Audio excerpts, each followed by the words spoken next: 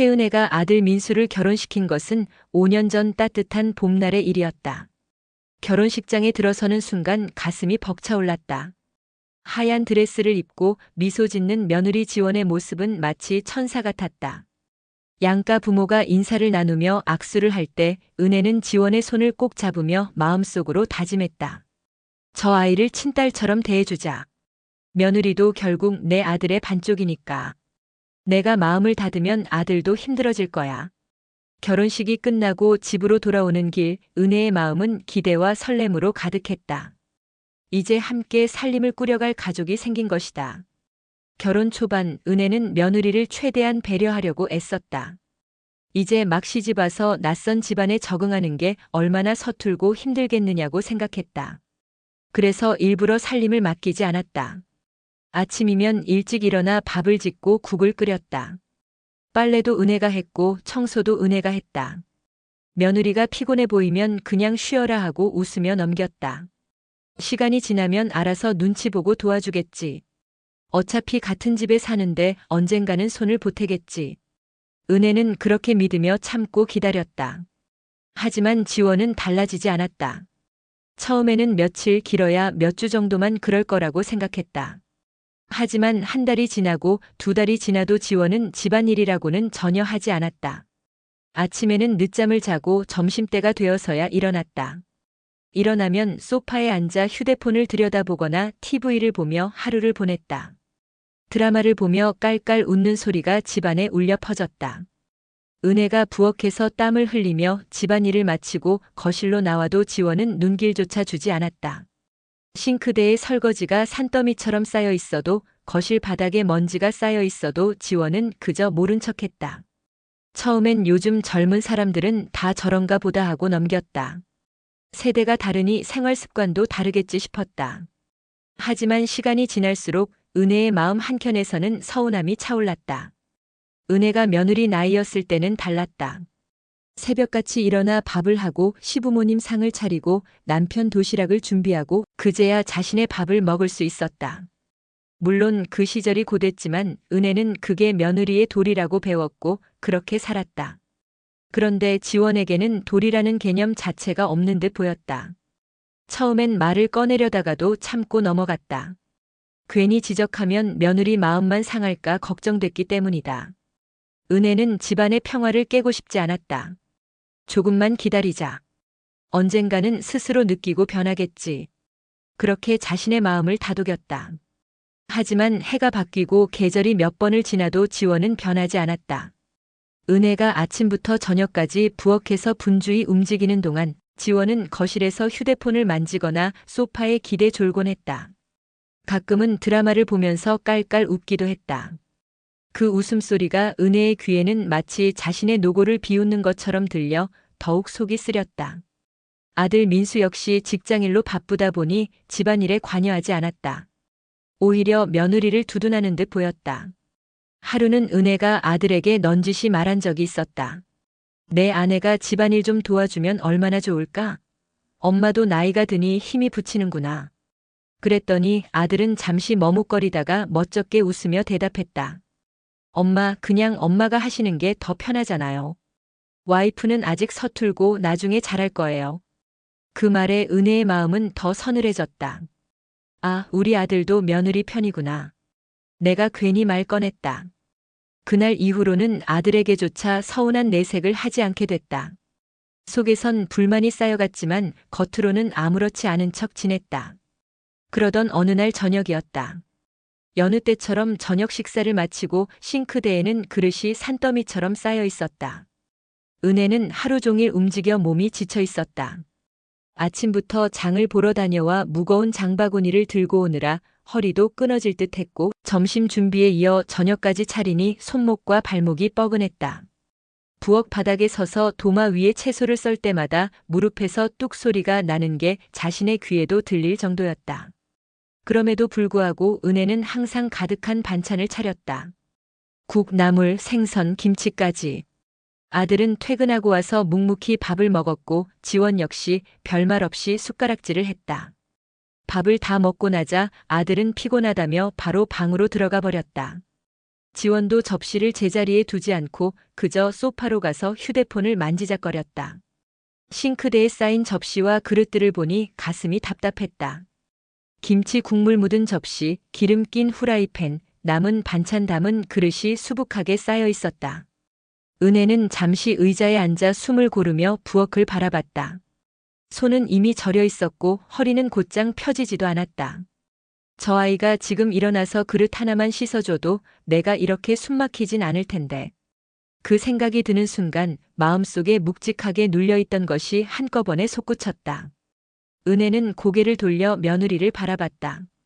지원은 여전히 소파에 앉아 화면을 스크롤하며 웃고 있었다. 드라마인지 예능인지 소리까지 깔깔 새어나오니 은혜의 손끝은 더 떨렸다. 결국 은혜는 참지 못하고 입을 열었다. 설거지 좀 해라.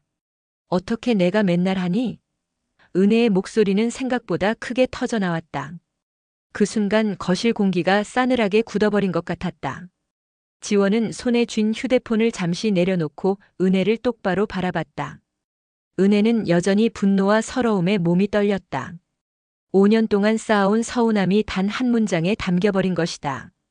하지만 지원의 입에서 나온 말은 은혜의 숨통을 더 조여왔다.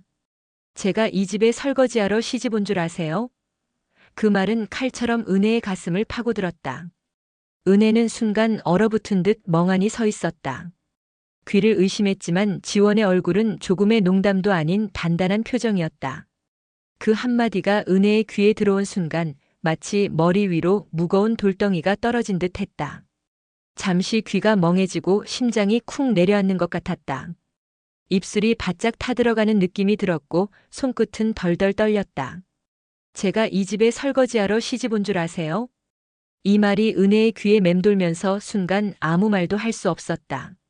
그동안 수백 번, 아니 수천 번이나 꼭 삼켜왔던 말들이 있었는데 정작 며느리의 입에서 저런 말이 나오니 은혜가 무슨 대꾸를 할 수 있을지조차 떠오르지 않았다. 은혜는 그 자리에 우두커니 서 있다가 싱크대에 쌓인 그릇들을 다시 바라보았다. 기름기 범벅이 된 후라이팬, 밥알이 말라붙은 밥그릇, 김치 국물 얼룩이 번진 접시들. 그 모든 게 자신의 삶의 무게처럼 느껴졌다. 내가 매일같이 닦아온 게 결국 아무 의미도 없었단 말인가 하는 허망함이 밀려왔다. 그날 저녁 은혜는 결국 아무 말도 하지 않은 채 방으로 들어와 버렸다. 그저 조용히 문을 닫았다. 침대에 앉아 등을 곧게 세웠지만 마음은 무너져 내리고 있었다. 밤이 깊도록 잠을 이룰 수 없었다. 이리저리 뒤척이며 천장을 바라봤다. 어둠 속에서 며느리의 말이 수없이 메아리 쳤다. 은혜는 한숨을 내쉬며 옛날을 떠올렸다. 자신이 젊었을 적 막 결혼해서 시댁에 들어왔을 때의 일들이 눈앞에 스쳐 지나갔다. 그땐 해가 뜨기 전에 일어나 부엌으로 향했다. 시어머니가 일어나기도 전에 밥을 하고 상을 차려놓고 밤마다 이불을 개고 먼지를 털었다. 그게 당연한 도리라 여겼다. 손에 물이 마를 날이 없었고 땀에 젖은 앞치마가 하루에도 몇 번씩 갈아입어야 했다. 그래도 누구 하나 고맙다는 말을 하지 않았다. 그저 며느리라면 마땅히 해야 하는 일이라고 여겼다. 그래서 은혜는 딸이 시집 갈 때는 속으로 다짐했었다. 내 딸은 절대 그렇게 살게 하지 않으리라. 그런데 막상 자신의 아들이 결혼하고 보니 며느리에게도 같은 마음을 가져야 한다는 걸 잊고 있었다. 며느리를 친딸처럼 아껴주려 했지만 정작 며느리는 자신을 그저 집안일 하는 사람쯤으로만 여겼던 건 아닐까 하는 씁쓸한 생각이 들었다. 그날 밤은 거의 한숨도 자지 못했다. 새벽녘이야 겨우 잠시 눈을 붙였다가 다시 일어나 부엌으로 나갔다. 싱크대에는 여전히 전날의 그릇들이 그대로 쌓여 있었다. 아무도 손대지 않은 그 모습이 은혜의 마음을 다시 한번 무너뜨렸다. 그래, 이제는 나도 달라져야 한다. 저 아이와 같은 방식으로 대응해보자. 내가 하지 않으면 언젠가는 저 아이도 어쩔 수 없이 손을 대지 않겠는가. 그 순간 은혜의 마음속에서는 작은 결심이 굳어져 갔다. 다음 날부터 은혜는 일부러 손을 놓았다. 매일같이 아침에 일어나 밥을 차리던 손길을 멈추었다. 평소 같으면 새벽같이 일어나 쌀을 씻고 국을 끓였을 텐데 그날은 그냥 모른 척 이불 속에 누워 있었다. 부엌에서는 정적만이 흘렀다. 아들이 출근 준비를 하면서 엄마 밥은 안 해요? 라고 묻는 소리가 들려왔다. 은혜는 이불을 뒤집어 쓰고 모른 척했다. 그러자 아들은 냉장고에서 대충 빵을 꺼내 먹고 나가더니 지원도 별다른 말 없이 시리얼을 부어 먹었다. 그 모습을 지켜보면서 은혜의 가슴은 묘하게 서늘했다. 그 다음 날도 또 그 다음 날도 은혜는 집안일을 하지 않았다. 청소기도 돌리지 않고 걸레질도 하지 않았다. 싱크대에는 그릇이 점점 쌓여갔다. 국물 자국이 말라붙고 기름때가 끈적하게 달라붙어가도 지원은 전혀 아랑곳하지 않았다. 그냥 그 앞을 지나치며 물 한 잔을 따라 마시고는 다시 소파로 가 앉을 뿐이었다. 거실 바닥에는 먼지가 보송보송하게 쌓였다. 하루만 청소기를 안 돌려도 금세 티가 나는 법인데 며칠을 그냥 두니 먼지가 모여뭉치가 생기더군. 카펫 한쪽에는 발자국 자국이 선명히 남아 있었고 테이블 위에는 흘린 부스러기가 그대로 굳어 있었다. 그래도 지원은 눈길조차 주지 않았다. 빨래도 마찬가지였다. 지원과 민수의 옷이 세탁통에 차곡차곡 쌓여만 갔다. 냄새가 스멀스멀 풍겨 나와도 지원은 그냥 새 옷을 꺼내 입는 데에만 신경 썼다. 은혜는 속으로 중얼거렸다. 언제까지 버티나 보자. 저렇게 방치하다 보면 결국 불편해서라도 손을 대지 않겠는가. 하지만 며칠, 몇 주까지 지나도 지원은 미동조차 하지 않았다. 마치 집안일이라는 단어 자체가 없는 사람처럼 그저 자기 할 일만 하고 지냈다. 집이 엉망이 되어 가는데도 태연하게 웃으며 전화를 받고 드라마를 보고 친구를 만나러 나가기도 했다. 그 모습을 지켜보는 은혜의 속은 들끓었다. 처음엔 이 싸움에서 자신이 이길 거라 생각했다. 내가 멈추면 며느리가 대신할 수밖에 없으리라 믿었다. 하지만 현실은 달랐다.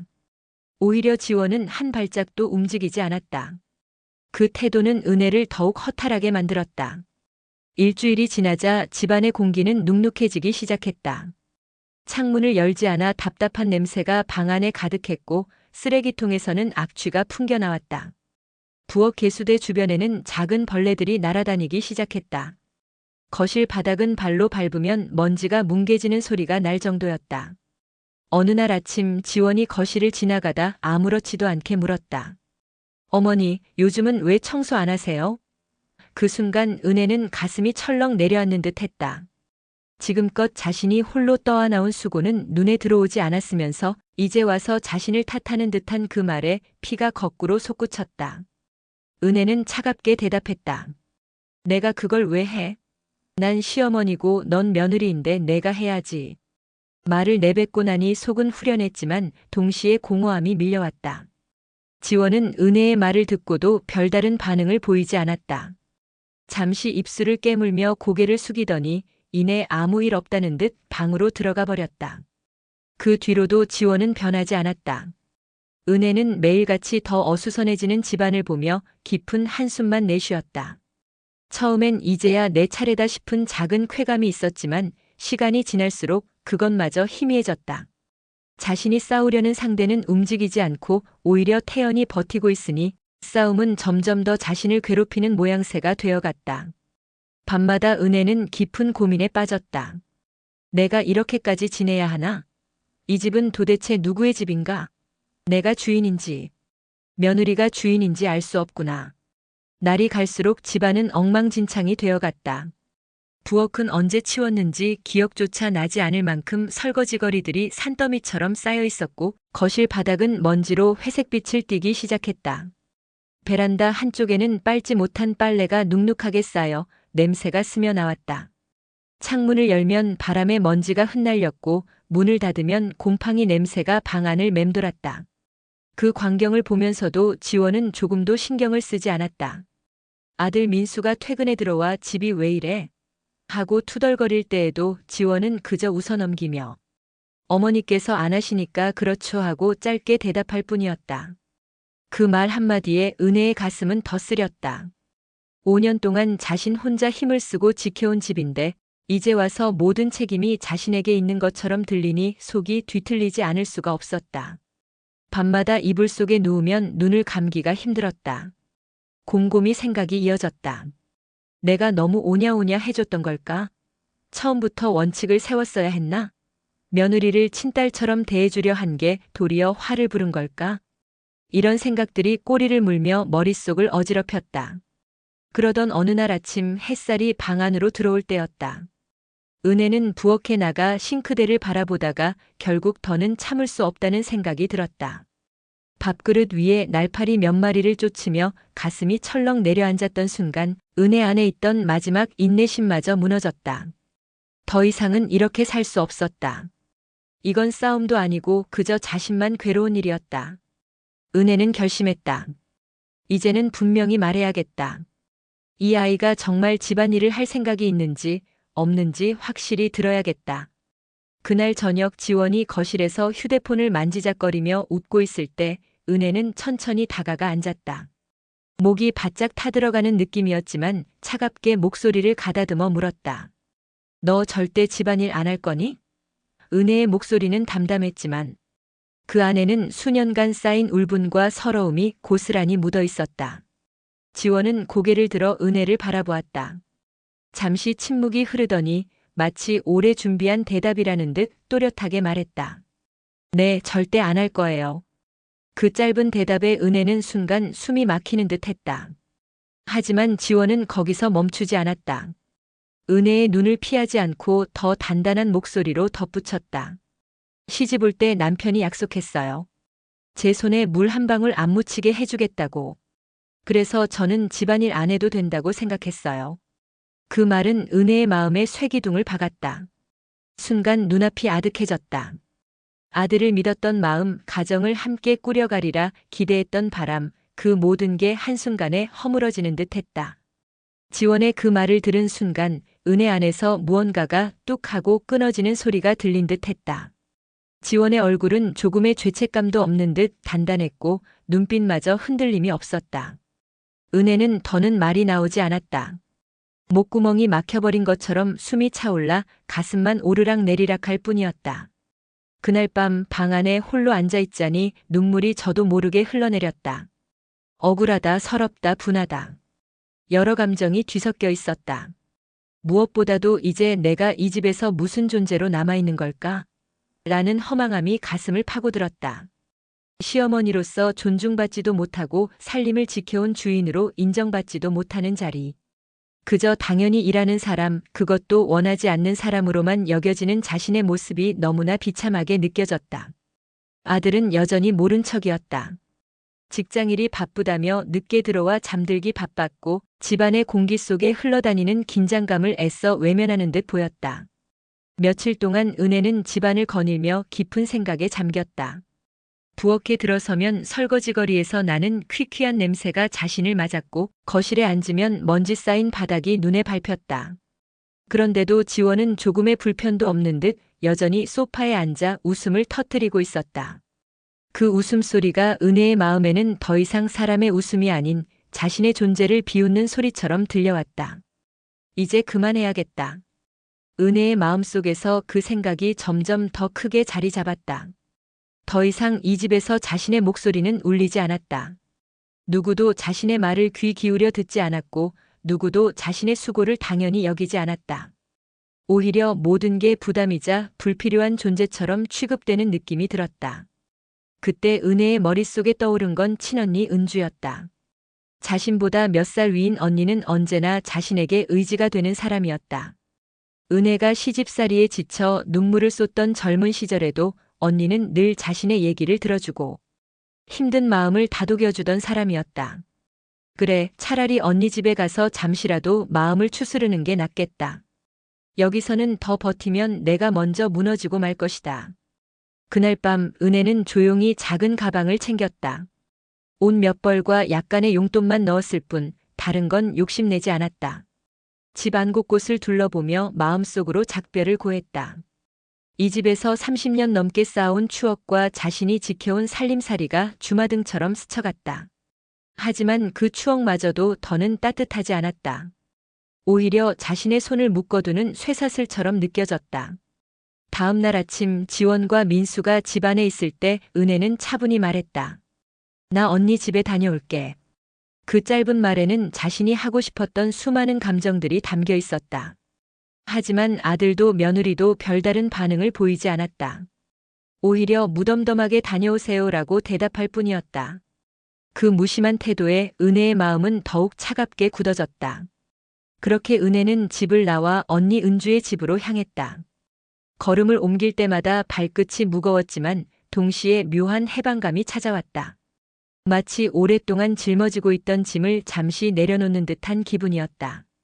언니 은주의 집에 도착했을 때 현관문이 열리자마자 익숙한 얼굴이 은혜를 반겼다. 아이고, 웬일이야? 갑자기 무슨 일로 이렇게 왔어? 언니의 목소리는 늘 그렇듯 따뜻했다. 오랜 세월을 함께 해온 혈육의 목소리라 그런지 그 한마디만으로도 은혜의 목구멍에 막혀있던 울컥함이 터져나오려 했다. 하지만 은혜는 애써 고개를 떨군 채 작은 미소만 지었다. 그냥 좀 쉬고 싶어서. 은혜가 조용히 대답하자 은주는 은혜의 얼굴을 찬찬히 바라봤다. 눈가의 주름 사이로 그동안 쌓인 피곤과 울분이 고스란히 드러났던 걸까? 은주는 은혜의 손을 꼭 잡으며 다시 물었다. 동생아, 무슨 일 있었지? 내가 그냥 쉬고 싶어서 올 사람이 아니잖아. 솔직히 말해봐. 그 순간 마음속에 쌓였던 감정이 한꺼번에 터져나왔다. 은혜는 그 자리에 주저앉아 버렸다. 눈물이 주르륵 흘러내렸고 언니는 놀란 듯 서둘러 손수건을 꺼내 은혜의 눈가를 닦아주었다. 언니, 내가 5년을 참고 살았어. 며느리가 집안일을 손가락 하나 까딱 안 하는데도 그냥 언젠가는 변하겠지 싶어서 꾹 참았지. 그런데 목소리가 떨리며 끊겼다. 하지만 언니는 가만히 기다려주었다. 은혜가 다시 말을 잇기를 기다려주는 그 시선이 너무 고마웠다. 며칠 전에는 내가 결국 못 참고 말했거든. 설거지 좀 해라. 내가 맨날 하니 힘들다고. 그런데 며느리 입에서 뭐라고 나왔는 줄 알아? 제가 이 집에 설거지하러 시집 온 줄 아세요? 이 말이 나오는데 내가 그 자리에 얼어붙었어. 언니는 입술을 굳게 다물며 고개를 저었다. 세상에, 그런 말까지. 그걸 내가 어떻게 참았니? 은혜는 눈물을 훔치며 다시 말했다. 언니, 거기서 끝이 아니야. 내가 결국 따져 물었어. 너 절대 집안일 안 할 거냐고. 그랬더니 단호하게 대답을 하더라. 네, 절대 안 할 거예요. 시집 올 때 남편이 손에 물 한 방울 안 묻히게 해주겠다고 약속했어요. 그 말을 듣는데 내가 더 이상은 살 자신이 없더라. 은혜의 말에 은주는 은혜의 손을 꼭 쥐며 한숨을 내쉬었다. 동생아, 내가 얼마나 고생했는지 내가 알아. 내 성격에 쉽게 불평도 못했을 텐데 다 꾹 삼키고 지낸 거잖아. 이젠 잘 왔다. 당분간은 아무 생각 말고 그냥 여기서 쉬어. 그 말이 은혜의 마음에 따뜻하게 스며들었다. 억눌려 있던 서러움이 다시 북받쳐 눈물이 멈추지 않았다. 하지만 이번에는 억울함보다는 안도감이 더 컸다. 누군가 자신의 이야기를 들어주고 자신의 편이 되어주는 곳에 와 있다는 사실만으로도 가슴이 조금은 풀리는 듯했다. 언니 집에 머물기 시작한 첫날부터 은혜는 묘한 안도감을 느꼈다. 오랜만에 집안 공기에서 긴장이 사라졌다는 게 그렇게 다르게 다가올 줄은 몰랐다. 아침에 눈을 뜨면 부엌에서 들려오는 조용한 국 끓는 소리, 언니가 반찬을 꺼내며 나는 작은 도마 소리, 그리고 형부가 가볍게 기침을 하며 신문을 펼치는 소리까지 그 모든 게 은혜의 마음을 편안하게 감싸주었다. 동생아, 일어나면 같이 밥 먹자. 언니의 부름에 방에서 나와 식탁에 앉으면 형부가 환하게 웃으며 맞아주곤 했다. 아이고, 이제는 우리 집이 훨씬 활기가 도네. 오래 있다가. 그래야 우리도 좋지. 그 말에 은혜는 저도 모르게 웃음이 번졌다. 늘 가슴 한구석에 걸려있던 돌덩이가 서서히 굴러내려가는 듯 했다. 식사 자리에서는 예전 같으면 은혜가 늘 차리고 치워야 했는데 언니는 넌 손대지 마. 내가 왜 하니? 오늘은 그냥 먹기만 해 하며 은혜를 앉혀두었다. 형부도 식사를 마친 뒤 습관처럼 그릇을 싱크대에 옮기고 설거지를 거들어주는 모습이 참 낯설면서도 부러웠다. 아, 부부가 이렇게 서로 도우며 사는 게 맞는 거구나. 며느리와 아들을 보며 내가 꿈꾸던 모습이 바로 이런 게 아니었을까? 그런 생각을 하면서도 마음은 따뜻했다. 저녁 무렵이면 셋이서 거실에 둘러앉아 TV를 보기도 했다. 형부가 가끔 농담을 던지면 언니는 웃음을 터뜨리고 은혜도 함께 웃었다. 그 웃음소리가 낯설지 않게 방 안에 퍼질 때마다 은혜는 그동안 자신이 얼마나 웃음을 잃고 살았는지 새삼 깨달았다. 어느 날은 형부가 은혜를 데리고 근처 공원 산책을 나가자고 했다. 시원한 바람이 나뭇잎 사이로 불어오고 멀리서 아이들이 뛰노는 소리가 들려왔다. 형부는 은혜의 걸음을 맞춰 천천히 걸으며 말씀하셨다. 저기 사람 사는 게 다 그렇지. 다만 너무 혼자 힘으로만 버티려고 하지 마. 저기가 이렇게 힘들 땐 언니 집에 오는 게 당연한 거야. 부담 갖지 말고 오래 있어. 그 말에 은혜의 눈시울이 뜨거워졌다. 젊은 시절 시집살이로 눈물 흘릴 때 위로 한마디 듣지 못하고 혼자 견뎌야 했던 기억이 스쳐 지나갔다. 그런데 지금은 언니와 형부가 자신의 곁에 있었다. 그것만으로도 삶이 달라진 듯 했다. 밤이 되면 언니는 은혜의 방에 와서 담요를 덮어주며 속삭였다. 동생아, 여기서는 아무 걱정 말고 그냥 쉬어. 내가 집안일 생각할 필요 없어. 이제는 내 몸과 마음을 먼저 챙겨야 해. 그 말을 들으며 은혜는 눈을 감고 잔잔한 행복을 느꼈다. 오랜만에 찾아온 고요하고 따뜻한 나날이었다. 언니 집에서 지낸 지 어느덧 한 달이 훌쩍 넘었다. 처음에는 낯설던 생활도 점점 익숙해져 갔다. 아침이면 언니와 함께 장을 보고 형부와 함께 저녁 산책을 나가는 소소한 일상이 은혜에게는 오래 잊었던 평안이었다. 마음 한쪽 깊은 곳에 상처가 서서히 아물어가는 듯 했다. 그런데 어느 날 오후였다. 창가에 앉아 뜨개질을 하던 중 현관에서 문 두드리는 소리가 들려왔다. 언니가 나가 문을 열더니 놀란 목소리로 말했다. 어머, 내 아들이네. 순간 은혜의 손에서 털실이 바닥에 굴러떨어졌다. 가슴이 철렁 내려앉고 심장이 두근거리기 시작했다. 은혜는 얼떨결에 자리에서 일어나 현관으로 향했다. 그곳에는 아들 민수가 서 있었다. 얼굴이 많이 수척해져 있었고 눈빛에는 깊은 피곤과 죄책감이 묻어 있었다. 엄마. 짧은 부름 한마디에 은혜의 눈가가 벌써 뜨거워졌다. 하지만 은혜는 쉽사리 말을 잇지 못했다. 그동안 쌓여온 서러움과 서운함이 한꺼번에 떠올라 가슴이 먹먹했기 때문이다. 민수는 신발도 벗지 않은 채 현관에 무릎을 꿇었다. 엄마, 제가 잘못했어요. 제가 왜 이제야 정신을 차렸는지 모르겠습니다. 엄마가 집을 나가시고 나서야 집안이 어떤 꼴이 되는지 똑똑히 알게 됐습니다. 그 말에 은혜의 손끝이 떨렸다. 아들이 이렇게까지 무릎을 꿇고 사죄하는 모습은 처음이었다. 언니와 형부도 놀란 듯 바라보고만 있었다. 민수는 계속 말을 이어갔다. 그동안 아내 말만 믿고 엄마의 고생을 외면했어요. 제가 조금만 더 엄마 편을 들어줬더라면 엄마가 이렇게 마음고생을 하지 않으셨을 텐데 정말 죄송합니다. 용서해 주세요. 그제야 은혜의 눈에서 눈물이 흘러내렸다. 너는 내가 내 아들 맞니? 내가 너한테 그런 말 듣게 될 줄은 몰랐다. 은혜의 목소리는 떨렸지만 그 안에는 서러움과 안도감이 뒤섞여 있었다. 민수는 더 깊이 고개를 숙이며 말했다. 엄마, 이제 제가 달라질게요. 며느리도 아직 철이 없어서 그렇지 엄마 안 계시니까 얼마나 큰 빈자리인지 깨달은 것 같습니다. 저희가 엄마께 진심으로 사죄하려고 찾아왔습니다. 제발 집으로 돌아와 주세요. 그 순간 은혜는 긴 세월 동안 짓눌려 있던 가슴이 조금은 풀리는 걸 느꼈다. 눈앞의 아들은 더 이상 무심하고 무책임한 아들이 아니라 어머니의 고통을 이해하고자 노력하는 아들이 되어 있었다.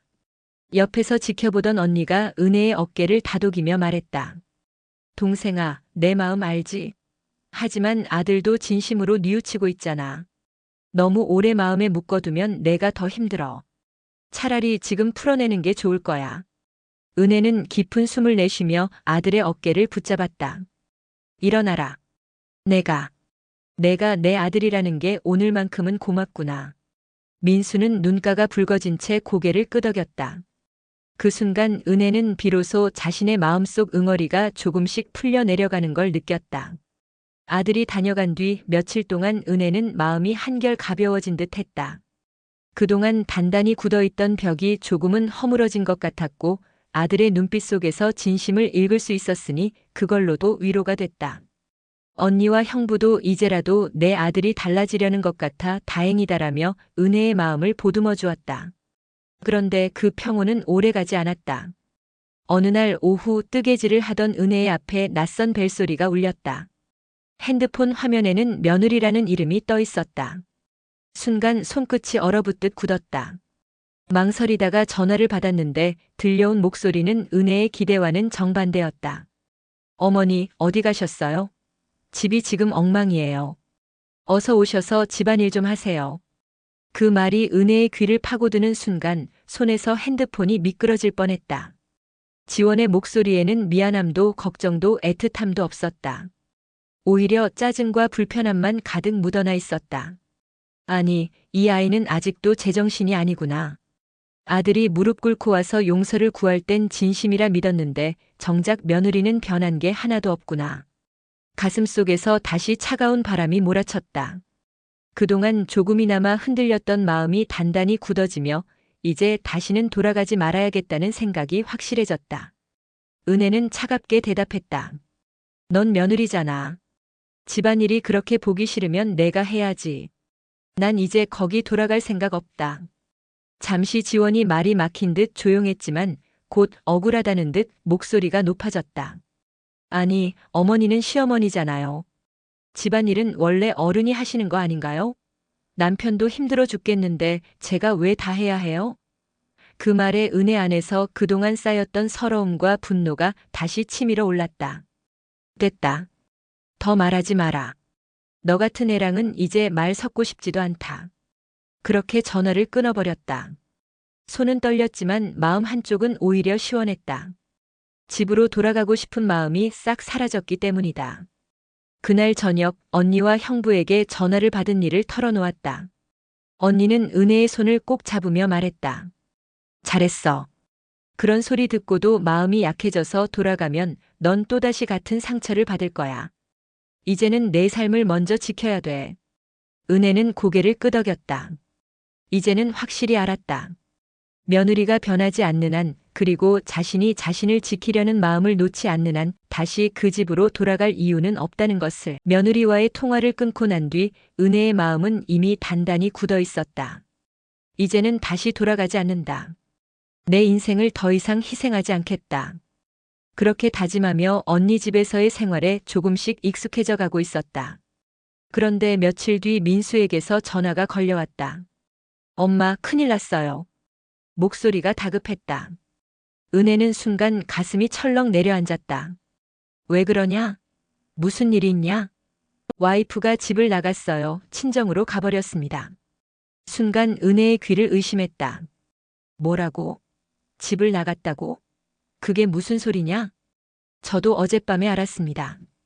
싸운 것도 아니었는데 그냥 더 이상은 못 살겠다면서 가방 챙겨서 친정으로 가버렸습니다. 그리고는 연락도 잘 안 받아요. 받아들이기 힘든 말이었다. 하지만 곰곰이 생각해보니 어쩌면 당연한 일이었는지도 모른다. 집안일 하나 하지 않겠다며 고집을 부리던 며느리가 정작 은혜가 사라지고 나자 감당할 수 없는 현실과 마주한 것이다. 산더미처럼 쌓여있던 집안일, 냉랭한 공기, 책임감 없는 태도로는 버티기 어려웠겠지. 은혜는 잠시 말을 잇지 못하다가 깊은 한숨을 내쉬었다. 그래, 결국 그렇게 되는구나. 민수는 초조한 목소리로 물었다. 엄마, 어떻게 해야 할까요? 저도 지금 너무 혼란스럽습니다. 하지만 은혜의 마음은 오히려 담담했다. 사실 이미 예상하고 있던 일이기도 했으니까. 이제 내가 알아서 해야지. 내가 택한 아내고 내가 책임질 가정 아니냐? 나는 다시는 그 집으로 돌아가지 않는다. 그건 분명히 해둔다. 전화를 끊고 난 뒤 한동안 멍하니 앉아 있었다. 언니가 은혜의 표정을 살피며 물었다. 무슨 일이야, 동생아? 며느리도 집을 나가 친정으로 갔대. 결국 이렇게까지 되는구나. 언니는 한숨을 내쉬며 은혜의 등을 두드렸다. 그럴 줄 알았다. 책임질 마음이 없는 사람은 어디서든 버티지 못하는 법이지. 잘했다, 동생아. 이제는 괜히 마음 쓰지 말고 그냥 내 평안만 지켜라. 그 말을 듣는 순간 은혜 안에서 묘한 해방감이 피어올랐다. 며느리도 집을 나갔다니 이제 더 이상 자신이 돌아가야 할 이유는 전혀 없었다. 오히려 자신의 선택이 옳았다는 걸 스스로 확인받는 듯 했다. 며느리가 친정으로 갔다는 소식을 들은 지 며칠이 지나고 은혜의 마음은 복잡했다. 아들 걱정이 전혀 없었다면 거짓말일 것이다. 아무리 서운하고 미운 며느리라 해도 그래도 자신의 아들 인생이 무너져 버리는 건 바라지 않았으니까. 언니는 괜히 또 마음 약해지지 말라고 했지만 은혜의 마음속 한쪽에서는 집은 어떻게 되었을까 하는 불안이 꿈틀거렸다. 결국 은혜는 언니의 만류에도 불구하고 집에 한번 다녀오기로 마음먹었다. 다시 살겠다는 것도 아니고 그냥 집이 어떻게 되어 있는지만 확인하자는 생각이었다. 문 앞에 서서 현관 비밀번호를 누르는 순간 가슴이 두근거렸다. 문을 열자마자 코끝을 찌르는 퀴퀴한 냄새가 밀려왔다. 발을 들여놓자 마치 버려진 집에 들어온 것처럼 어수선한 광경이 눈앞에 펼쳐졌다. 거실 바닥은 먼지로 뒤덮여 있었고 한쪽에는 먹다 남은 컵라면 용기와 배달 음식 봉지가 나뒹굴고 있었다. 탁자 위에는 정체 모를 국물이 말라붙어 얼룩을 만들고 있었고 소파 위에는 옷가지들이 아무렇게나 던져져 있었다. 부엌은 더 참혹했다. 싱크대 안에는 설거지하지 않은 그릇들이 산처럼 쌓여 있었고 김치 국물은 벌써 시뻘겋게 굳어 냄새를 풍겼다.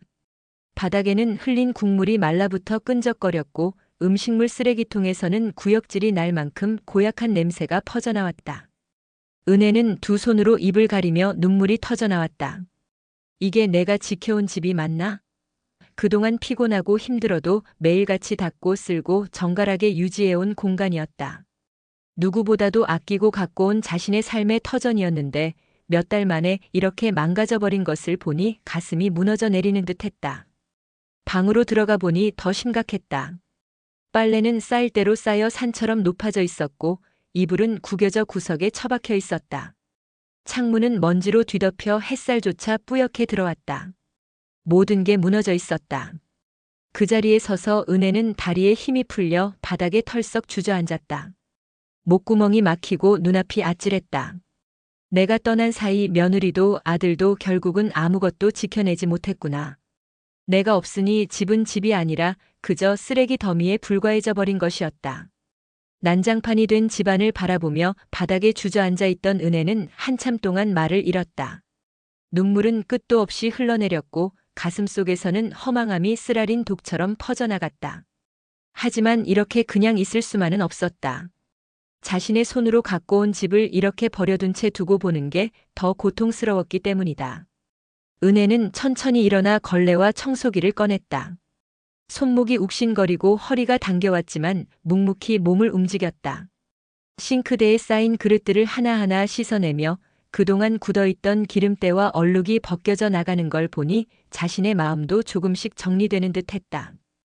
김치 국물 자국을 닦아내고 바닥에 눌러붙은 음식물 자국을 긁어내고 창문을 활짝 열어 퀴퀴한 냄새를 몰아내니 비로소 바람이 다시 방 안으로 스며들었다. 거실 먼지를 청소기로 빨아들이고 소파 커버를 벗겨 빨래통에 넣었다.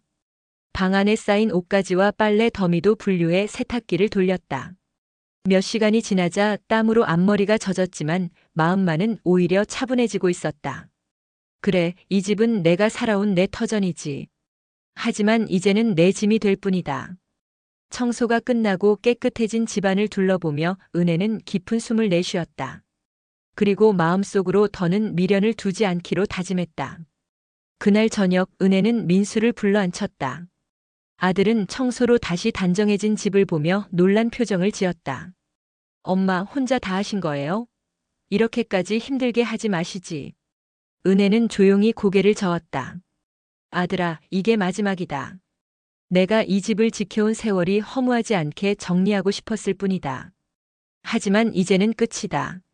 내 아내와 내가 함께 이 집을 다시 어지럽힐 테니 차라리 너희 둘이 따로 나가 살아라. 민수는 눈이 커져 은혜의 말을 똑바로 바라보았다. 엄마, 그게 무슨 말씀이세요? 이제 나는 더 이상 너희 살림에 얽히고 싶지 않다. 나는 내 삶을 지킬 거다. 내가 택한 아내와는 내가 책임지고 살아라. 시어머니가 집안일을 다 짊어지고 사는 세상은 이미 지나갔다. 나는 더 이상 그 무게를 감당하지 않을 것이다. 은혜의 목소리는 단호했고 흔들림이 없었다. 민수는 잠시 아무 말도 못하다가 고개를 숙였다. 그 모습에서 은혜는 비로소 지난 세월 동안 매달려 있던 미련이 완전히 사라지는 걸 느꼈다. 은혜의 말이 끝나자 거실은 정적에 휩싸였다. 민수는 한동안 아무 대꾸도 하지 못한 채 고개를 숙이고 있었다. 손가락으로 무릎 위를 몇 번이나 두드리며 무언가를 말하려는 듯 했지만 쉽게 입을 열지 못했다. 엄마, 제가 잘못했어요. 사실 엄마가 집을 나가신 뒤로 집이 얼마나 쉽게 무너지는지, 그리고 며느리가 얼마나 책임을 회피하는지 똑똑히 봤습니다. 하지만 제가 그걸 감싸고 그냥 넘어가려 했던 게 더 큰 잘못이었어요. 민수의 목소리는 떨렸다. 그동안 책임을 피하려 했던 자신의 모습이 떠오른 듯 눈빛이 흐려져 있었다. 그래도 엄마 말씀대로 따로 나가 살라니 솔직히 두렵습니다. 경제적으로도 그렇고 제가 아내를 끝까지 감당할 수 있을지도 모르겠습니다. 민수의 고백에 은혜는 차분히 대답했다. 두려운 게 당연하다. 하지만 내가 선택한 길이지 않느냐? 결혼은 내가 한 거고 아내는 내가 택한 사람이다. 내가 대신 짊어지고 살아줄 수는 없다. 내가 내 살림을 책임져야 한다. 민수는 한숨을 내쉬며 고개를 끄덕였다. 그리고 잠시 후 마침내 결심한 듯한 표정으로 은혜에게 말했다. 엄마, 알겠습니다. 이제는 저희 둘이서 나가 살겠습니다. 엄마께 더 이상 짐을 맡기지 않을게요. 저도 남편으로서 가장으로서 제 몫을 다해보겠습니다. 그 말에 은혜의 마음은 조금 놓였다. 물론 앞으로 아들이 겪을 어려움이 걱정되지 않는 건 아니었다. 하지만 적어도 이제는 자신에게 기대어만 살겠다는 태도에서 벗어나려는 의지가 보였으니 그걸로도 충분했다. 그래, 그게 옳다. 너희가 따로 나가 살면서 진짜 부부로서 또 가정으로서 어떻게 살아가야 하는지 배워라. 내가 지켜줄 수 있는 건 여기까지다. 민수는 눈시울이 붉어진 채 은혜의 손을 꼭 잡았다. 엄마, 그동안 제가 너무 철없었습니다. 앞으로는 진심으로 엄마 말씀 새겨듣고 살겠습니다. 결국 민수와 지원은 지원의 친정으로 들어갔다. 하지만 그곳에서도 오래가지는 못했다. 지원의 친정 어머니도 나이가 들어 집안일을 도맡아 하기 힘든 처지였고 또 사위까지 데리고 사는 상황이 달갑지만은 않았다.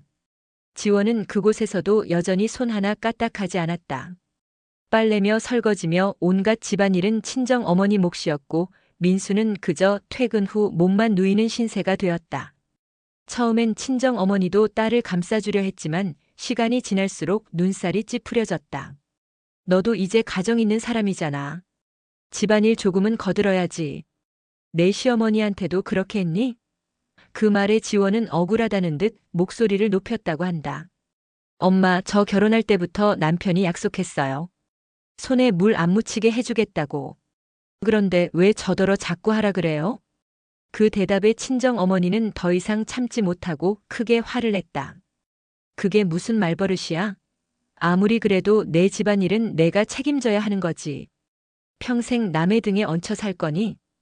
그날 저녁 민수는 지원과 친정 어머니가 크게 다투는 모습을 지켜봐야 했다.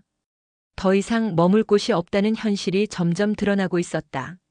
며칠 뒤 결국 지원은 울상을 한 채 은혜에게 전화를 걸어왔다. 어머니, 저예요. 죄송해요. 제가 너무 어리석었어요.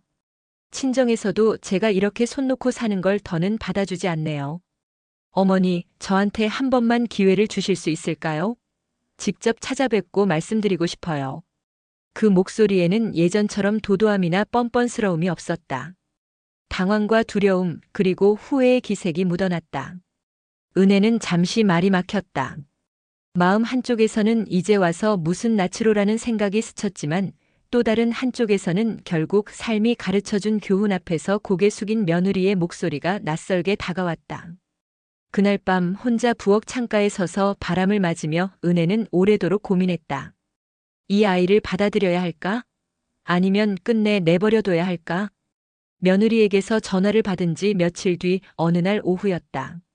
집안일을 마치고 거실에 앉아 차를 마시고 있는데 현관 초인종이 울렸다. 문을 열어보니 눈가가 벌겋게 부은 지원이 서 있었다. 손에는 작은 보따리 가방 하나가 들려 있었고 표정은 초췌하기 그지없었다. 어머니. 입술만 겨우 떨며 부르는 그 한마디에 은혜는 순간 가슴이 철렁 내려앉았다. 몇 달 전 자신을 향해 제가 이 집에 설거지하러 시집 온 줄 아세요? 라고 당당히 말하던 며느리의 모습은 온데간데 없고 초라하고 지쳐버린 한 여인이 자신의 앞에 서 있었다. 멍하니 서 있는 은혜의 앞에서 지원은 갑자기 무릎을 꿇었다. 두 손을 가지런히 모으고 고개를 깊이 숙였다. 어머니, 잘못했습니다. 제가 너무 어리석었습니다. 그동안 얼마나 제가 철없었는지 이제야 알 것 같습니다. 목소리는 떨렸고 눈물은 끊임없이 뺨을 타고 흘러내렸다. 친정에서도 제가 집안일 하나 하지 않는다고 엄마와 크게 다투었습니다. 그제야 알았습니다. 제가 얼마나 잘못된 생각을 하고 있었는지. 저는 그저 남편 약속만 믿고 당연히 모든 걸 피할 수 있다고만 생각했어요. 하지만 세상에 그런 삶은 없다는 걸 이제야 깨달았습니다. 은혜는 아무 말도 하지 않고 차갑게 며느리를 내려다보았다. 그동안 쌓였던 울분이 자신을 쉽게 움직이지 못하게 했다. 그러나 지원의 흐느낌은 쉽게 멈추지 않았다. 어머니, 제발 이번 한 번만 용서해 주세요. 이제는 제가 손에 물 묻히는 게 두렵지 않습니다. 어머니가 살아온 세월이 얼마나 힘들었는지 제가 조금이라도 대신 느껴봤습니다. 저 이제는 달라지고 싶습니다. 그 말에 은혜의 마음은 복잡하게 흔들렸다. 차갑게 등을 돌리고 싶다가도 한편으로는 며느리의 진심 어린 울음이 오래전 자신의 젊은 날을 떠올리게 했다. 시집살이를 하며 서러움에 무릎 꿇던 자신의 모습이 겹쳐 보이는 듯 했다. 거실에 울려 퍼지는 흐느낌 속에서 은혜는 천천히 의자에 앉았다. 아직은 쉽게 답을 줄 수 없었다. 하지만 분명한 건 며느리가 처음으로 무릎 꿇고 진심을 내보였다는 사실이었다. 며느리가 무릎을 꿇고 흐느끼는 모습을 지켜보면서도 은혜의 마음은 쉽게 흔들리지 않았다. 눈물이야 누구든 흘릴 수 있는 것이고 말이야 누구든 할 수 있는 것이니까. 문제는 그 눈물과 말이 과연 진심이냐는 것이었다. 은혜는 천천히 며느리를 바라보다가 낮은 목소리로 말했다. 그래, 내가 잘못했다는 건 알겠다. 하지만 그렇다고 해서 내가 곧바로 너를 용서할 수 있는 건 아니다. 내가 지금 이렇게 눈물로 말한다고 해서 내가 지난 세월 동안 당한 서러움이 다 사라지는 건 아니지 않니? 지원은 흐느낌 속에서도 고개를 끄덕였다. 네, 어머니. 압니다. 당장 용서해달라는 건 욕심이라는 것도 알아요. 그래도 기회를 주신다면 뭐든 하겠습니다. 은혜는 의자에 앉아 두 손을 무릎 위에 올려놓고 차갑게 말을 이었다. 그럼 내가 말로만 그러는 게 아니라는 걸 증명해라. 내가 정말 변했는지 내가 직접 지켜보겠다. 하루 이틀이 아니라 오래도록 내가 집안일을 기꺼이 감당하고 내 남편 곁에서 함께 짐을 지려는 마음이 있는지 내가 확인할 때까지는 절대 용서도 받아들임도 없다. 그 말에 지원의 어깨가 크게 떨렸다. 하지만 곧 더 단단히 고개를 숙이며 대답했다. 알겠습니다, 어머니. 제가 보여드리겠습니다. 다시는 어머니께 부끄럽지 않은 며느리가 되겠습니다. 그날 밤 지원은 집 곳곳을 둘러보더니 마치 다짐이라도 하듯 빗자루를 들었다. 구석구석 먼지를 쓸고 싱크대에 남아있던 그릇들을 씻어내는 모습은 이전의 며느리와는 사뭇 달랐다. 손이 물에 젖는 것을 유난히 싫어하던 아이가 눈가에 눈물을 매단 채 묵묵히 그릇을 닦고 있었다. 은혜는 부엌 문가에 서서 그 모습을 지켜보았다. 속으로는 여전히 과연 얼마나 갈까? 라는 의심이 남아있었지만 동시에 처음으로 며느리가 변화의 첫걸음을 내딛는 순간을 보고 있음을 느꼈다. 좋다. 진심인지 아닌지는 시간이 말해주겠지. 나는 지켜보기만 하면 된다. 그렇게 은혜는 서두르지 않고 조급해하지 않고 며느리의 변화를 끝까지 시험해보기로 마음을 굳혔다. 그날 이후 지원은 조금씩 행동으로 보이기 시작했다. 예전 같았으면 TV 앞에 앉아 휴대폰만 만지작거리던 아이가 새벽에 일어나 부엌불을 켜더니 쌀을 씻는 소리가 들려왔다. 물에 손을 담그는 것을 유난히 꺼리던 며느리가 두 손을 흠뻑 적시며 밥을 씻는 모습은 은혜에게 낯설고도 묘한 장면이었다. 아침상을 차리겠다고 국을 끓이는 지원의 손놀림은 서툴렀다. 된장국은 간이 맞지 않아 짭짤했고 반찬은 색깔이 어딘가 어설펐다. 하지만 은혜는 아무 말도 하지 않았다. 그저 묵묵히 앉아 국을 한 숟가락 떠먹으며 속으로만 생각했다. 그래, 맛은 없어도 괜찮다. 중요한 건 그 마음이지. 점심 무렵 지원은 빨래를 하겠다며 베란다에 쌓여있던 옷가지들을 한꺼번에 꺼내 세탁기에 넣었다. 세탁기 사용이 서툴러 처음엔 물을 넘치게 하기도 하고 옷감이 엉켜버리기도 했다. 지원은 그 모습을 보고 얼굴이 붉어졌지만 포기하지 않고 다시 빨래를 정리했다. 은혜는 조용히 다가가 세제를 적당히 넣는 방법만 알려주고 물러섰다. 청소 또한 마찬가지였다. 예전엔 먼지가 쌓여도 눈길조차 주지 않던 아이가 빗자루를 들고 거실을 쓸고 걸레로 바닥을 닦아내는 모습은 조금씩 집안의 공기를 바꾸어 갔다. 며칠 전까지만 해도 눅눅하고 어수선하던 공간이 서서히 제 순결을 되찾는 듯 깨끗해지고 있었다. 그 모든 과정을 은혜는 부엌 문틈이나 거실 의자에 앉아 조용히 지켜보았다. 간섭하지 않았다. 다만 마음속에서는 늘 같은 생각이 맴돌았다. 이게 진심인지 아니면 일시적인 가식인지 두고 보면 알겠지. 밤이 되면 지원은 지쳐 보였다. 손바닥에는 설거지로 인해 거칠어진 흔적이 보였고 무릎은 청소로 인해 붉게 달아 있었다. 하지만 예전처럼 불평하지 않았다. 오히려 은혜의 앞에 앉아 조심스럽게 말했다. 어머니, 아직은 많이 부족하지만 조금씩 배우고 있습니다. 제가 이렇게 해도 괜찮을까요? 은혜는 고개를 끄덕이며 짧게 대답했다. 응, 해라. 서툴러도 괜찮다. 그날 밤 혼자 방에 누워 있는데 이상하게도 마음이 묘하게 차분해졌다. 억울함과 서운함은 여전히 남아 있었지만 적어도 누군가가 다시 집안을 움직이기 시작했다는 사실이 은혜의 마음을 흔들어 놓았다. 시간은 흘러 계절이 바뀌었다. 어느덧 집안 공기에도 그리고 은혜의 마음에도 조금씩 따뜻한 온기가 돌아오기 시작했다. 처음엔 서툴던 지원의 손길은 이제 제법 능숙해졌다. 아침마다 밤 냄새가 은은히 퍼지고 빨래는 햇살에 잘 말라 베란다의 바람결에 펄럭였다. 거실 바닥은 늘 반짝였고 싱크대에 그릇이 쌓이는 일도 드물어졌다. 예전의 그 모습과는 비교할 수 없는 변화였다. 무엇보다도 달라진 건 지원의 태도였다. 예전처럼 당당히 큰 소리 치던 아이는 사라지고 은혜의 앞에 앉아 조심스럽게 웃으며 말하는 며느리가 있었다. 어머니, 오늘 반찬은 좀 괜찮으세요? 어머니, 제가 청소 다 해놨으니 이제 쉬세요. 그 목소리에는 억지가 없었다. 억지로 잘 보이려는 눈치도 아닌 진심 어린 배려가 묻어 있었다. 은혜는 그 모습을 보며 마음속 깊은 곳에서 오래된 매듭이 천천히 풀리는 걸 느꼈다. 그동안의 서러움과 억울함이 단번에 사라지진 않았지만 적어도 이 아이가 조금은 달라졌다는 사실만큼은 부정할 수 없었다. 어느 날 저녁 지원이 밥상을 차려놓고 은혜의 앞에 앉아 말했다. 어머니, 제가 많이 늦었죠. 하지만 앞으로는 어머니께서 저 믿어주실 수 있도록 더 노력하겠습니다. 부족하지만 제가 이 집을 지켜나가겠습니다. 은혜는 한참 동안 지원의 얼굴을 바라보다가 조용히 고개를 끄덕였다. 그래. 내가 진심으로 그러는 거라면 나는 더 바랄 게 없다. 그 순간 은혜의 마음속에 한 줄기 안도감이 스며들었다. 긴 갈등과 다툼, 눈물과 분노로 얼룩졌던 날들이 비로소 끝을 향해 가고 있음을 느꼈다. 며칠 후 민수와 지원은 약속대로 작은 원룸을 얻어 독립했다. 이사 가는 날 지원은 은혜의 손을 꼭 잡으며 말했다. 어머니, 저희가 이제 따로 살지만 자주 찾아뵐게요. 그동안 배운 걸 잊지 않고 열심히 살겠습니다. 은혜는 지원의 손을 가만히 쓰다듬으며 고개를 끄덕였다. 그래, 너희끼리 힘을 합쳐 잘 살아라. 서로 돕고 이해하면서 말이다. 민수도 은혜를 꼭 안으며 말했다. 엄마 정말 감사합니다. 엄마가 아니었으면 저희는 지금도 제대로 살지 못했을 거예요. 엄마 덕분에 제대로 된 가정을 꾸리는 법을 배웠습니다.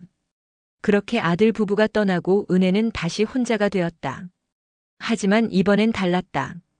텅 빈 집이 외롭지 않았다. 오히려 평온했다. 창문을 열면 시원한 바람이 들어왔고 아침이면 자신만을 위한 소박한 식사를 준비했다. 저녁에는 언니에게 전화를 걸어 수다를 떨기도 했다. 일주일에 한 번씩은 민수와 지원이 찾아와 함께 식사를 했다. 지원이 직접 만든 반찬을 가지고 와 어머니, 이번엔 간이 괜찮은 것 같아요. 맛 좀 봐주세요라고 말하면 은혜는 미소를 지으며 한 숟가락 떠먹었다. 응, 많이 늘었네. 이제 제법인데?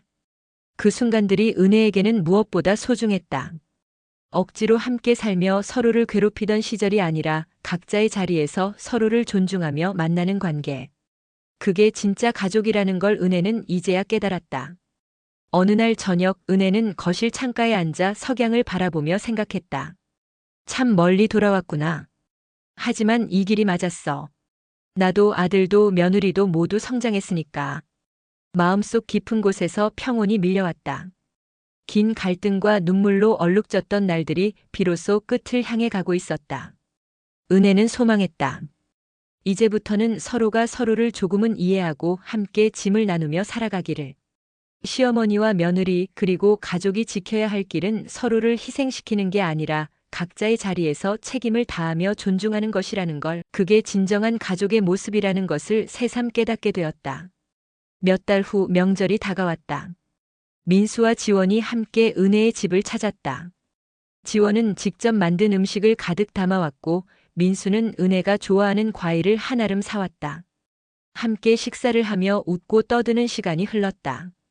지원이 설거지를 하겠다고 일어나자 민수도 자연스럽게 함께 일어나 그릇을 나르기 시작했다. 은혜는 그 모습을 보며 가슴 한쪽이 따뜻해지는 걸 느꼈다. 그래, 이게 내가 바라던 모습이었어. 서로 돕고 이해하고 함께 살아가는 거. 저녁이 되어 민수 부부가 돌아갈 시간이 되자 지원이 은혜에게 다가와 말했다. 어머니, 오늘 너무 행복했어요. 앞으로도 자주 찾아뵐게요. 어머니 없었으면 저는 아직도 철없는 아이로 살고 있었을 거예요. 정말 감사합니다. 은혜는 지원의 손을 꼭 잡으며 말했다. 내가 변하려고 노력해줘서 고맙다. 이제 우리는 진짜 가족이 된 것 같구나. 그 말에 지원의 눈가가 붉어졌다. 은혜도 울컥하는 감정을 참으며 미소를 지었다. 현관문이 닫히고 집안에 다시 고요가 찾아왔다. 하지만 이번엔 외롭지 않았다. 오히려 따뜻했다. 은혜는 거실 소파에 앉아 오늘 하루를 떠올렸다. 함께 웃고 함께 먹고 함께 정리하던 시간들. 그 모든 순간이 소중했다. 창밖으로 별들이 하나둘 떠오르기 시작했다. 은혜는 깊은 숨을 내쉬며 중얼거렸다. 이제야 평온을 찾은 것 같아. 나도 우리 식구들도. 그리고 조용히 눈을 감았다. 마음속 깊은 곳에서 오래전부터 짓눌려 있던 무게가 완전히 사라진 듯 했다. 이제는 정말로 자유로웠다. 자신의 삶을 되찾았고 동시에 진정한 가족의 의미도 깨달았다. 그날 밤 은혜는 오랜만에 깊은 잠에 빠져들었다. 꿈속에서 젊은 시절의 자신이 보였다. 시집살이로 고생하던 그때의 자신에게 지금의 은혜가 말을 건넸다. 괜찮아, 넌 잘 버텨냈어. 그리고 결국 행복을 찾았어. 젊은 시절의 은혜가 미소를 지으며 고개를 끄덕였다. 그리고 천천히 사라져갔다. 은혜는 그 꿈에서 깨어나며 눈가에 맺힌 눈물을 닦았다. 하지만 그 눈물은 슬픔의 눈물이 아니었다. 치유의 눈물이었다. 햇살이 창문을 통해 방 안으로 스며들었다. 새로운 하루가 시작되었다. 은혜는 일어나 창문을 활짝 열었다. 시원한 바람이 얼굴을 스쳤다. 좋아, 오늘도 내 인생을 살아가자. 은혜는 부엌으로 향하며 작은 노래를 흥얼거렸다. 이제는 누구를 위해서가 아니라 자신을 위해 사는 살. 그것이 얼마나 소중한지 깨달은 은혜는 매일매일이 감사했다. 그리고 가끔씩 찾아오는 아들 부부와 함께하는 시간은 덤처럼 주어지는 행복이었다. 시간이 더 흘러 계절이 또 한 번 바뀌었다. 어느 날 민수에게서 전화가 왔다. 엄마, 좋은 소식이 있어요. 저희 아기가 생겼어요. 그 말에 은혜의 가슴이 벅차올랐다. 정말? 아이고, 우리 손주가 오는구나. 전화 너머로 지원의 목소리도 들려왔다. 어머니, 제가 엄마가 되면 어머니께 배운 걸 꼭 기억하며 살겠습니다. 아이에게도 책임과 배려를 가르칠게요. 은혜는 눈물을 글썽이며 말했다. 그래, 너희 둘이면 좋은 부모가 될 거야. 할머니가 많이 도와줄게. 전화를 끊고 은혜는 한참을 그 자리에 서 있었다. 새 생명이 온다는 소식. 그것은 새로운 시작을 의미했다. 과거의 아픔과 갈등을 넘어 이제는 진정으로 화합하고 사랑하는 가족이 되었다는 증거였다. 은혜는 창밖을 바라보며 미소를 지었다. 그래, 이제 시작이야. 우리 가족의 진짜 시작. 먼 산 너머로 해가 저물고 있었다. 하지만 은혜의 마음속에는 새로운 아침이 밝아오고 있었다. 희망과 사랑 그리고 진정한 가족의 의미를 깨달은 은혜에게 앞으로의 날들은 더욱 빛날 것이었다. 그렇게 은혜의 이야기는 끝이 아니라 새로운 시작을 향해 나아갔다. 긴 갈등과 눈물의 시간을 지나 마침내 서로를 이해하고 존중하는 진정한 가족이 된 그들. 이제부터는 함께 짐을 나누며 서로를 아끼며 살아갈 것이다. 그것이 바로 가족이 지켜야 할 진정한 길이었다.